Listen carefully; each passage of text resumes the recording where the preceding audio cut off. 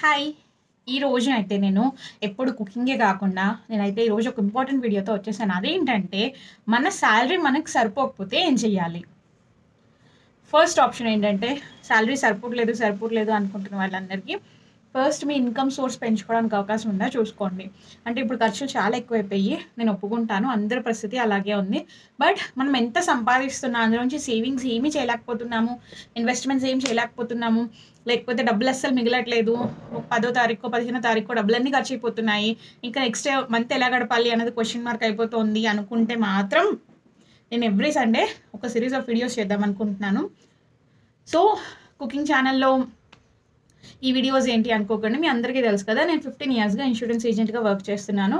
అంటే ఆల్మోస్ట్ ఎంత లేదన్నా తక్కువలో తక్కువ కొన్ని హండ్రెడ్స్ ఆఫ్ ఫ్యామిలీస్ అయితే దగ్గర నుంచి చూస్తాం.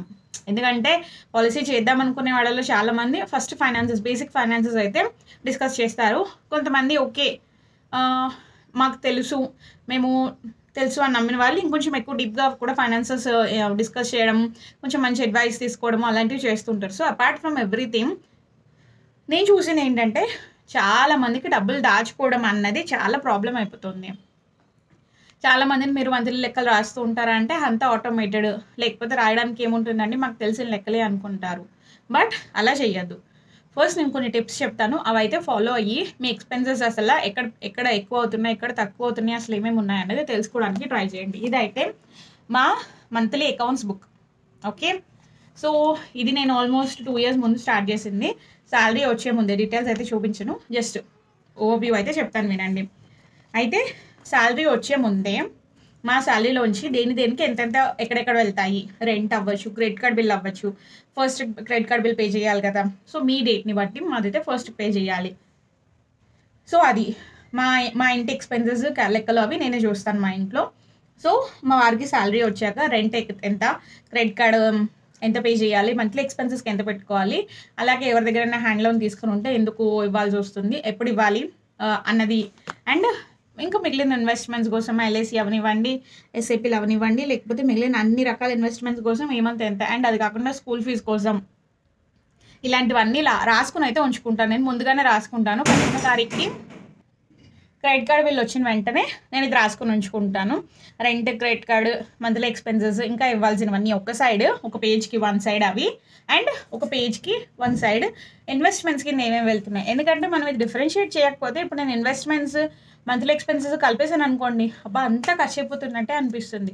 బట్ ఇన్వెస్ట్మెంట్ అయినా సేవింగ్స్ అయినా నేను ఫ్యూచర్ కోసం చేస్తున్నాను అంటే ఆబ్వియస్గా అవి సేవింగ్ అవుతున్నట్టే కదా. సో ఇప్పుడు నాకు ఒక 10,000 సాలరీ ఉందనుకోండి మాకు. సో 10,000లోనూ రెంట్‌కి, క్రెడిట్ కార్డ్‌కి వాటికి ఎంత వెళ్తుంది, మిగిలిన వాటితో ఏం చేయాలి. స్టాండర్డ్ ఎక్స్‌పెన్సెస్ ఉంటాయి కదా. రెంట్ అనేది స్టాండర్డ్, గ్రోసరీస్ స్టాండర్డ్. ఇంకా నేను గ్రోసరీస్, పాలు, పెరుగు, ఇంకా వెజిటేబుల్స్ ఇవన్నీ కూడా మంత్లీ ఎక్స్‌పెన్సెస్‌లోనే రాసేస్తాను. బట్ మంత్లీ ఎక్స్‌పెన్సెస్‌లో కూడా ఏమేమి వెళ్తాయి అనేది అయితే నేను ఆల్రెడీ ఒక లిస్ట్ అయితే ఇయర్ స్టార్టింగ్‌లో కానీ ఎప్పుడు గుర్తొస్తే అప్పుడు కానీ రాసుకొని ఉంచుకుంటాను. అంటే కార్ క్లీనింగ్‌కి ఎంత, క్లీనర్ వచ్చి క్లీన్ చేస్తారు వాళ్ళు సొసైటీ మొత్తంలో, వాళ్ళు క్లీన్ చేసి వెళ్ళిపోతారు. వాళ్ళకి, మెయిడ్‌కి, ఎక్స్ట్రా వర్క్స్‌కి, ఇలాగ ప్రతి దానికి ఎంతెంత అవుతుంది అనేది రాసుకొని ఉంచుకుని దాన్ని బట్టి చేతిలో ఒక 2,000-3,000 5,000 కొంచెం ఎక్స్ట్రా ఉంచుకుని వేసుకుంటాం. అయితే అది కాకుండా సేమ్ బుక్‌లో మా ఇన్వెస్ట్మెంట్స్ ఎక్కడెక్కడ ఏమున్నాయి. ఇప్పుడు ఫర్ ఎగ్జాంపుల్ ఒక పేజ్ మొత్తానికి నేను ఏం చేశానంటే చూడండి, జనవరి, ఫిబ్రవరి, మార్చ్ అని రాసుకుని వీటిల్లో ఇప్పుడు నా ఎల్ఐసి ఇన్వెస్ట్మెంట్స్ మా ఎల్ఐసి చాలా ఎక్కువ ఉంటాయి. ఎందుకంటే ఆబ్వియస్గా ఏజెంట్ అయితే ఏ కొత్త పాలసీ వచ్చినా, ఏ మంచి పాలసీ అనిపించినా, టార్గెట్ షార్ట్ అయినా కానీ మనది ఒకటి వేసేస్తూ ఉంటాం. అది అందరికీ తెలిసిందే కదా. సో నేను ఏం చేశానంటే చక్కగా ఒక స్కెచ్ పెన్స్ తీసుకుని ఇదిగోండి కలర్ఫుల్గా స్కెచ్ పెన్స్ తీసుకుని మొత్తం అన్నీ ఒక కలర్లో రాసుకున్నాను. అలా కాకుండా నాకు ఏ మంత్ ఇప్పుడు క్వార్టర్లలో కట్టే పాలసీలు ఒక కలరు, అలాగా ఒక్కొక్కళ్ళది ఒక్కొక్కటి, నాది, మా వారిది, పాపది. సో ఇంకా అలాగ ఉన్నవన్నీ ఒక పేజ్లో రాసుకున్నాను. ఓకే, ఒక పేజ్లో అలా రాసుకున్నాను. అండ్ నెక్స్ట్ వచ్చేసి ఇంకా ఇన్వెస్ట్మెంట్స్లో ఎస్ఐపి లాంటివి, అండ్ పీపీఎఫ్, ఇంకా హెల్త్ ఇన్సూరెన్స్ ఒకటి, స్కూల్ ఫీజు ఒకటి, ఇవన్నీ మాకు స్టాండర్డ్గా అంటే కనిపించిన ఎక్స్పెన్సెస్ అనమాట. వీటన్నిటికీ మనం కట్టే డబ్బులు కనిపించవు. ఖర్చులు ఎలాగైతే అయిపోతూ ఉంటాయో ఇవి కూడా అంతే. ఈ 2 రాసుకొని ఉంచుకోవడం వల్ల నాకేంటంటే ఒక క్లారిటీ ఉంటుంది.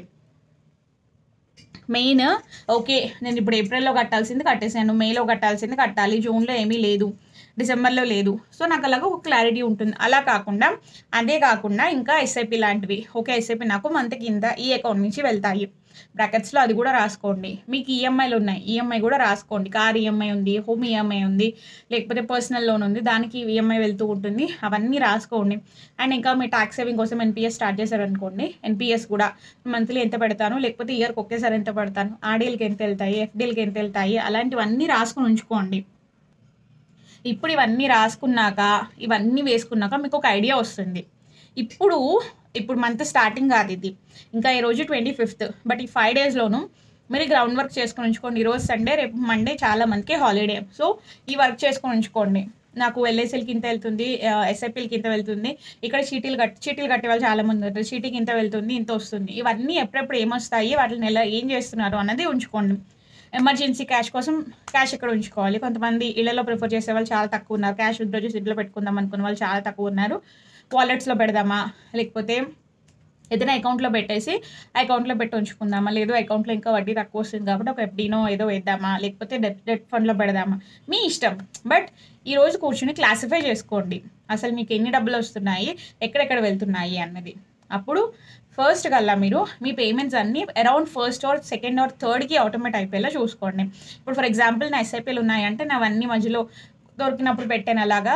సో దానివల్ల ఏమైందంటే ఇష్టం వచ్చినట్టు స్టార్ట్ చేసినవన్నీ ఒక వారం రోజులు గ్యాప్లో ఉండేవన్నమాట. ఉన్న 4-5లోనూ ఒకటి ఈరోజు, ఒకటేమో 15వ తారీఖు, ఒకటేమో 20వ తారీఖు అలా ఉండేవి. సో నేను చేసిన ఫస్ట్ వర్క్ ఏంటంటే అవన్నీ మనం ఎస్ఐపి ఎలా స్టార్ట్ చేసినా కానీ డేట్స్ మార్చుకోవడానికి ఛాన్స్ ఉంటుంది. సో నేను డేట్స్ అన్నీ ఒకే రోజుకి వచ్చేలా పెట్టుకున్నాను. ఫర్ ఎగ్జాంపుల్ 3rd అనుకోండి. సో ఇప్పుడు ఏంటంటే నా ఎస్ఐపి ఇన్వెస్ట్మెంట్స్ ఏవైతే ఉన్నాయో అవన్నీ 3rd కల్లా కట్ అయిపోతాయి. ఇంకా క్రెడిట్ కార్డ్ నేను 1st కల్లా పే చేసేస్తాను. ఫర్ ఎగ్జాంపుల్ 1st కల్లా పే చేసేస్తాను. రెంట్ కూడా 1st లోపల పంపించేస్తాం, 1stకి పంపించేస్తాం. ఇంకా మిగిలినవి మెయిడ్ ఎక్స్పెన్సెస్ ఇలాంటివన్నీ కూడా వీలైనంత చేసేసుకుంటాం. ఇలాగ గ్రోసరీ షాపింగ్ 1st లోపల అయిపోతుంది కదా, ఒక వీకెండ్ ఎప్పుడైతే వస్తుందో అప్పుడు అయిపోతుంది. సో అంటే మేజర్ ఎక్స్పెన్సెస్, మ్యాండేటరీ ఎక్స్పెన్సెస్ అన్నీ ఆ టైంకి అయిపోతాయి. నెక్స్ట్ అప్పటి నుంచి నా దగ్గర మిగిలి ఉన్న డబ్బులు మోస్ట్లీ మంత్లీ ఎక్స్పెన్సెస్ కోసం.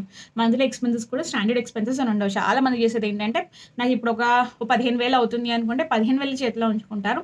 ఏ నెల మనం అనుకున్న ఖర్చులే అవ్వండి. ఒక్కొక్క నెల మధ్యలో హాస్పిటల్ ఎక్స్పెన్సెస్ వస్తాయి. ఇంట్లో 3-4 ఉంటే ఏదో ఒకటి జలుబో, దగ్గో, జ్వరమో ఏదో ఒకటి వస్తుంది. హాస్పిటల్కి వెళ్తే వెయ్యో హుష్కాకి, అది కాకుండా మందులని అవన్నీ ఇవన్నీ. అవునా? లేదు ఇంట్లోకి ఏదో పాడైపోతుంది, అర్జెంటుగా కొనాల్సి వస్తుంది. సో అలాంటి వాటి కోసం కొంత మటుకు 3,000 to 5,000 ఎక్స్ట్రా పెట్టుకోవడం అనేది మంచిది. ఇప్పుడు ఇవి కాకుండా మీ దగ్గర ఎంత మిగులుతుందో చూడండి. మిగిలిన వాటిని ఫస్ట్ మీరు ఈ ప్రాసెస్ కనుక ఫస్ట్ లోపల ఎంత రాసుకొని చేశారంటే ఫస్ట్ కల్లా ఒక ఎస్ఐపినో, ఒక ఎల్ఐసినో, ఒక ఇన్వెస్ట్మెంటో ఏదో ఒకటి స్టార్ట్ చేయండి. మళ్ళీ ఎల్ఐసి స్టార్ట్ చేయాలా, ఎస్ఐపి స్టార్ట్ చేయాలా, ఏం చేయాలి, ఏమంటారు అంటే నేను దానికి మళ్ళీ వేరే క్యాలిక్యులేషన్ ఉంటుంది. సెక్యూర్డ్ ఇన్వెస్ట్మెంట్స్లోకి వచ్చేవన్నీ సెక్యూర్డ్లో చేసుకుని ఆ తర్వాత రిస్కీయా, సెమీ రిస్కీయా అన్నదానికి వెళ్తాము. అదైతే మీరు ఫాలో అవుతారని అనుకుంటున్నాను. అవ్వకపోతే కమెంట్ చేయండి, నేను దానికి సంబంధించిన వీడియో కూడా పెడతాను. అయితే అప్పుడు మీరు ఇన్వెస్ట్మెంట్ ఏదో ఒక అమౌంట్కి స్టార్ట్ చేయండి. నాకు ఏది అవ్వట్లేదు అంటే బ్యాంక్ ఆడి అయినా స్టార్ట్ చేయండి. మినిమం 12 months, 1 year వరకు ఒక ఆడి అయినా కంటిన్యూ అయ్యేలా స్టార్ట్ చేయండి. సో ఇప్పుడు మీ చేతిలోంచి డబ్బులన్నీ ఇంకా అన్ని ఖర్చులు అయిపోయాక ఇంకా మీ దగ్గర మిగిలిన డబ్బుల్లోంచి ఇప్పుడు ఏదో గ్రేట్ ఇండియన్ సేలో, గ్రేట్ ఫెస్టివల్ సేలో, ఇంకో సేలో వస్తే మీ దగ్గర ఎక్స్ట్రా మనీ ఉండదు. మీరు ఏదో షాపింగ్ మాల్కి సరదాగా వెళ్ళారు, అక్కడ ఏదో సేల్ నడుస్తుందంటే మీకు కొనడానికి ఉండదు. అవసరమైనవి మాత్రమే కొనుక్కుని అనవసరమైనవి స్కిప్ చేయడం మాత్రం స్టార్ట్ చేయాలి. లేకపోతే మీకు నెలకి 10 లక్షలు వచ్చినా, 25 లక్షలు వచ్చినా ₹1 కూడా మిగలదు. ఓకే, సో అది ఇంకొక రూల్ మీరు ఫాలో అవ్వాల్సింది. అయితే ఇప్పుడు ఇవన్నీ చేశాక అప్పుడు మీరు మంత్ అంతా గడపడం, ఔటింగ్, చాలామందికి ఔటింగ్ వీక్లీ 1 or 2 అలవాటు ఉంటుంది. అది మీరు రెడ్యూస్ చేయగలరేమో చూసుకోండి. మ్యాండటరీ ఔటింగ్స్ కాదు అనుకుంటే 1 week ఒకసారి వెళ్ళేది, 2 weeksకి ఒకసారి వెళ్ళండి. ఔటింగ్ అవ్వచ్చు, డిన్నర్ అవ్వచ్చు, ఏదైనా అవ్వచ్చు. అలా మీరు ఎక్కడెక్కడ లేదు నాకు అక్కడ ఏదో కనిపించింది, వేరే వాళ్ళు ఎక్వేరియం కొనుక్కున్నారు, మా ఇంట్లో లేకపోతే ఎలాగానే అప్పటికప్పుడు ఎక్వేరియం 5,000, 10,000 పెట్టి కొని తెచ్చేసుకునే వాళ్ళు ఉంటారు. మళ్ళీ ఫిష్ ఫుడ్ అవన్నీ కూడా ఖర్చే అవుతాయి. సో అలాంటివన్నీ తగ్గించుకుని మన ఇంట్లో సామాన్లలో ఏమైనా ఎక్స్ట్రాలు ఉన్నాయి, అవసరం లేనివి అవన్నీ తీసేయడానికి కూడా ట్రై చేయండి. కొంత నెగటివిటీ కూడా తగ్గుతుంది. ఇవన్నీ చేశాక అప్పుడు మన దగ్గర ఇంకా ఎంత మనీ ఉన్నాయి అన్న దాన్ని బట్టి మీరు నెల అయితే గడపచ్చు. అండ్ ఈ లోపల మీకు ఇంకా ఏమైనా అదర్ సోర్సెస్ ఆఫ్ ఇన్కమ్ పెంచుకోవడానికి అవకాశం ఉందా అన్నది కూడా చూసుకోండి. ఇప్పుడు చాలా చోట్ల వైఫ్ ఇంకా హౌస్ వైఫ్ కిందే ఉండొచ్చు. తను ఏమైనా పార్ట్ టైం ఒక సరదాగా ఒక కుకింగో లేకపోతే క్యాటరింగో లేకపోతే చిన్నగా ఏమైనా క్లౌడ్ కిచెన్ లాంటిది స్టార్ట్ చేయడము అలాంటివి కూడా చేయొచ్చు. లేదు ట్యూషన్స్ చెప్పడం అవ్వచ్చు, ఆన్లైన్లో ఏదో చేయడం అవ్వచ్చు, ఒక యూట్యూబ్ ఛానల్ అవ్వచ్చు, ఏదైనా అవ్వచ్చు. మన ఇన్కమ్ సోర్సెస్ పెంచుకోవడానికి అయితే ట్రై చేయాలి. ఇన్కమ్ సోర్సెస్ పెంచుకోవడం అంటే మీరు ట్యూషన్లో చెప్పడం స్టార్ట్ చేసిన 30 రోజులు చెప్పాక 31 రోజున జీతం వస్తుంది, అంతే కదా. మీరు ఒక పార్ట్ టైం టీచర్ కింద జాయిన్ అవ్వచ్చు. అలాంటిది ఏమైనా పాసిబిలిటీ ఉన్నవి, రిస్క్ లేనివి చూసుకోండి. అయితే వీటితో పాటు చాలామంది నెగ్లెక్ట్ చేసి ఇంకొక విషయం ఏంటంటే హెల్త్ ఇన్సూరెన్స్ కానీ లైఫ్ ఇన్సూరెన్స్ కానీ తీసుకోకపోవడం.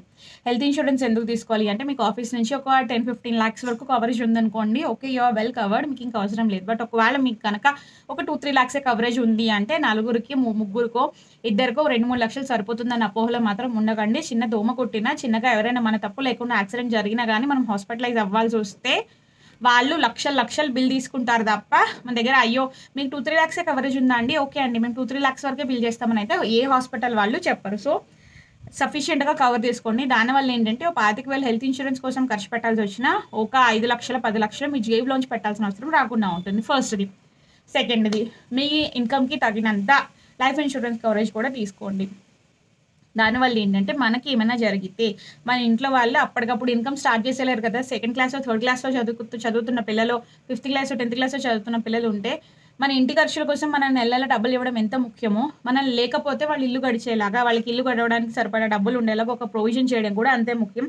మీరు స్టాక్స్లోనే, మ్యూచువల్ ఫండ్స్లోనే ఇంకెక్కడ పెట్టేసి కోట్ల సంపాదించే ప్రాబబిలిటీ ఉన్నా కానీ ఫస్ట్ తగినంత లైఫ్ ఇన్సూరెన్స్ కవరేజ్ తీసుకోండి. అలాగే ఇంకేమైనా ఆప్షన్స్ ఉన్నాయో ఎక్స్ప్లోర్ చేయండి. మీ పిల్లల ఫ్యూచర్ సెక్యూర్ చేసేవి ఈ రెండు చేశాక మీరు ఎవ్రీ మంత్ రెంటో, హౌస్ ఈఎంఐయో లేకపోతే గ్రోసరీస్ కోసం డబ్బులు పెట్టుకోవడం ఎంత ముఖ్యమో హెల్త్ ఇన్సూరెన్స్కి, లైఫ్ ఇన్సూరెన్స్కి కూడా డబ్బులు పక్కన పెట్టడం, అవి టైంకి పే చేయడం అంతే ముఖ్యం. ఇవి కనుక బేసిక్స్ తెలుసుకుంటే చాలా మందికి లైఫ్ ఈజీ అయిపోతుందండి. ఎందుకంటే చాలా చోట్ల మేము చూసేది ఏంటంటే బేసిక్గా వచ్చిన డబ్బులన్నీ ఈఎంఐ ఒకరోజు ఉంటుంది, లేకపోతే ఎస్ఐపీలు ఒకరోజు ఉంటాయి. సో ఆన్ టైం పేమెంట్స్ అవ్వవు. అవి ఎస్ఐపీలు ఇప్పుడు ఎవరో 25వ తారీఖు పెట్టుకున్నారు అనుకోండి, 25వ తారీఖు ఆ టైంకి డబ్బులు ఉండవు, మళ్ళీ అవన్నీ చెక్ బౌన్స్ లేకపోతే ఇంకొకటి. సో ఆ ఇష్యూస్ ఏమీ లేకుండా అన్నీ ఆటోమేట్ చేసుకోండి. ఫస్ట్ ఆఫ్ ఆల్ అన్నీ రాసుకోండి. ఒక చిన్న బుక్ 50 రూపాయలు ఉంటుందో, 100 రూపాయల బుక్, నేనైతే గల బుక్ తీసుకున్నాను, నాకు అప్పుడు అదే దొరికిందని చక్కగా స్కెచ్ పెన్స్తో రాసుకుంటే కలర్ఫుల్గా ఉంటుంది. సారీ నేను మీకు చూపించట్లేదు, పర్సనల్ ఫైనాన్సెస్ రివీల్ చేయడం అంత సజెస్టివ్ కాదు కాబట్టి నేను ఈ బుక్ మొత్తం చూపించట్లేదు. మీకు కావాలి అంటే నేను ఎలా రాశాను అన్నది ఇంకొక వీడియోలో బ్లాంక్ స్పేసెస్తో చూపిస్తాను. సో ఇక్కడైతే నేను చక్కగా డేట్స్ అవి రాసుకున్నాను, మంత్స్ రాసుకున్నాను, దానికి తగ్గట్టు ఏ మంత్కి ఏ పేమెంట్స్ ఉంది. అండ్ నెక్స్ట్ పేజ్లో నేను ఎన్పిఎస్ మంత్కి ఎంత కట్టాలి, ఎస్ఐపీలు ఎంత కట్టాలి, పీపీఎఫ్కి అయితే ఎంత పెట్టుకోవాలి, లేదు అలాగా హెల్త్ ఇన్సూరెన్స్కి ఎంత పెట్టాలి, స్కూల్ ఫీజుకి ఎంత పెట్టుకోవాలి అన్నది రాసుకున్నాను. సో ఇవన్నీ మీరు కూడా చక్కగా ఒక బుక్ తీసుకోండి, రాసుకోండి. ఇంకా చూస్తే నాకు ఇన్వెస్ట్మెంట్స్ ఇంకా ఏమేమి ఉన్నాయి, ఎక్కడెక్కడ ఉన్నాయి అన్నది. అండ్ చాలామంది ఇంకోటి చేసేది ఏంటంటే మీ బ్యాంక్ పాస్బుక్స్ అవన్నీ కూడా ఒక డెసిగ్నేటెడ్ ప్లేస్లో పెట్టుకోండి. మీ పిల్లలతోనో, వైఫ్తోనో అందరితోనూ మాట్లాడండి. ఈ వీడియో మీకు నచ్చిందని అనుకుంటున్నాను. కొంత ఇన్ఫర్మేషన్ అయితే నేను ఇవ్వగలిగాను అనుకుంటున్నాను. నచ్చితే కనుక ఈ వీడియోకి ఒక లైక్ ఇవ్వండి, ఛానల్ సబ్స్క్రైబ్ చేసుకోండి, మీ వాళ్ళందరితోనూ షేర్ చేయండి. ఎవ్రీ సండే ఇలాంటి వీడియో పోస్ట్ చేయడానికి అయితే నేను ట్రై చేస్తాను. సో మీ సపోర్ట్ని చూపిస్తారు అనుకుంటున్నాను. Thank you so much. Stay tuned. Bye.